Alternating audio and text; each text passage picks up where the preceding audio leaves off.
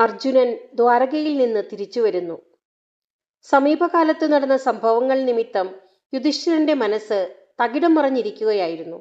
നാരദന്റെ ഉപദേശം അദ്ദേഹത്തെ ഒരതിർത്തി വരെ സമാധാനിപ്പിച്ചിരുന്നു.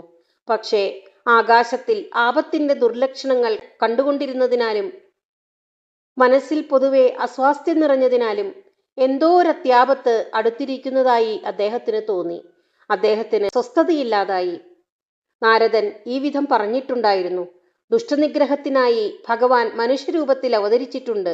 അവതാരോദ്ദേശം നിർവഹിച്ചു കഴിഞ്ഞിരിക്കുന്നു.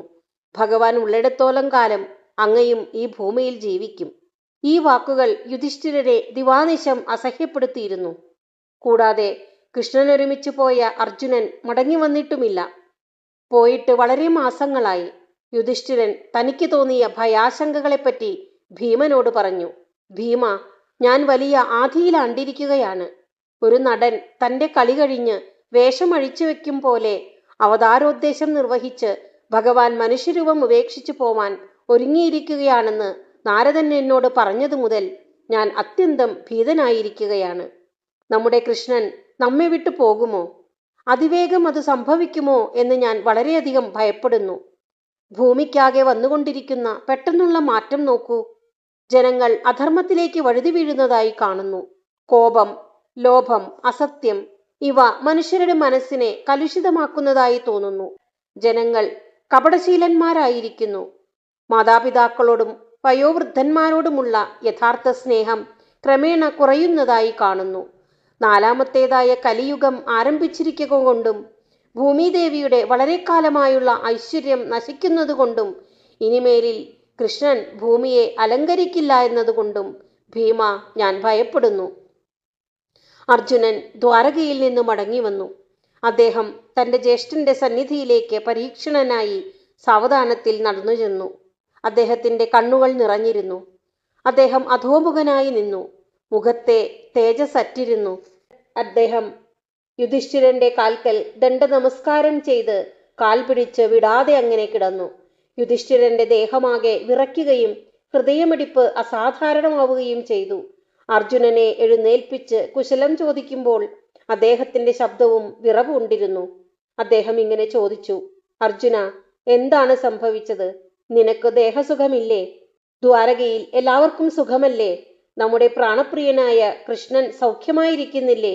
അർജുനൻ നിശബ്ദനായി നിന്നു. അദ്ദേഹത്തിന്റെ ഹൃദയം എന്നതുപോലെ മുഖപ്രസന്നതയും വറ്റി വരണ്ടിരുന്നു. രണ്ടു കൈകൊണ്ടും കണ്ണുനീർ തുടച്ചുകൊണ്ട് ഒരു നിമിഷം അദ്ദേഹം അങ്ങനെ നിന്നു. കൃഷ്ണനെ സ്മരിച്ചു. കണ്ണുനീരിൽ കുളിച്ച് ഗദ്ഗദ സ്വരത്തിൽ അദ്ദേഹം ഇങ്ങനെ പറഞ്ഞു: പ്രഭോ, നമ്മൾ വഞ്ചിക്കപ്പെട്ടു. വിധി നമ്മെ ചതിച്ചിരിക്കുന്നു. ദ്വാരകയിൽ കൃഷ്ണനില്ല. അർജുനൻ ബോധമറ്റു വീണു. ശുശ്രൂഷകൾക്ക് ശേഷം ബോധം വന്ന് ശാന്തനായി അദ്ദേഹം യാദവന്മാർ എങ്ങനെ കൊല്ലപ്പെട്ടു എന്നും ഭൂമിയിൽ എങ്ങനെ അവരുടെ ഒരടയാളം പോലും ഇല്ലാതായി എന്നും കൃഷ്ണന്റെ അന്തർധാനത്തിന് ശേഷം ദ്വാരകാപുരി തന്നെ എങ്ങനെ ജലത്തിൽ താഴ്ന്നുപോയി എന്നും വിശദമായി പറഞ്ഞു.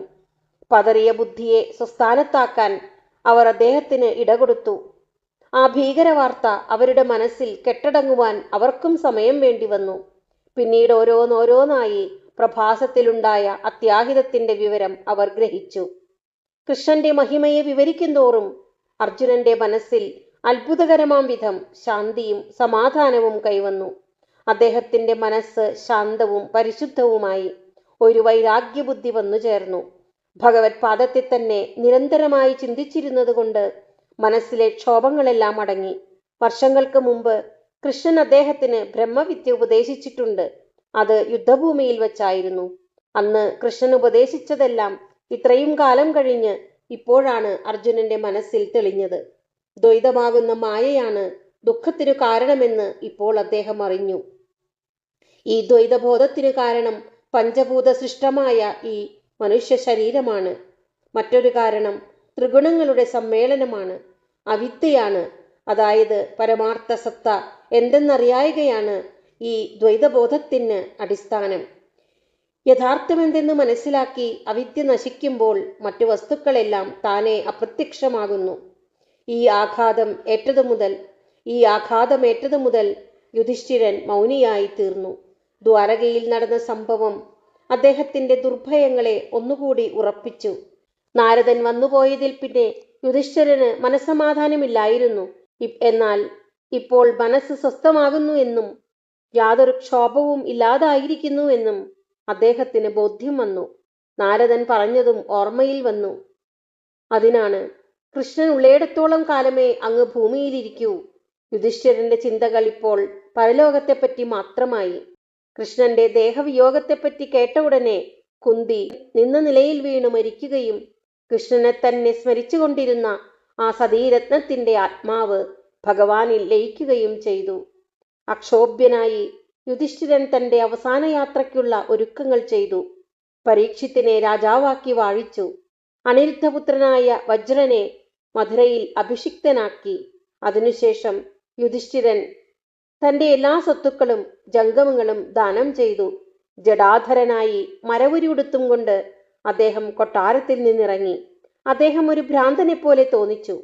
അദ്ദേഹത്തിന്റെ മുഖത്ത് ഒരു ഭാവഭേദവുമുണ്ടായിരുന്നില്ല. അദ്ദേഹം ഒരാളോടും സംസാരിച്ചില്ല, തന്റെ പ്രിയ സഹോദരന്മാരോട് പോലും.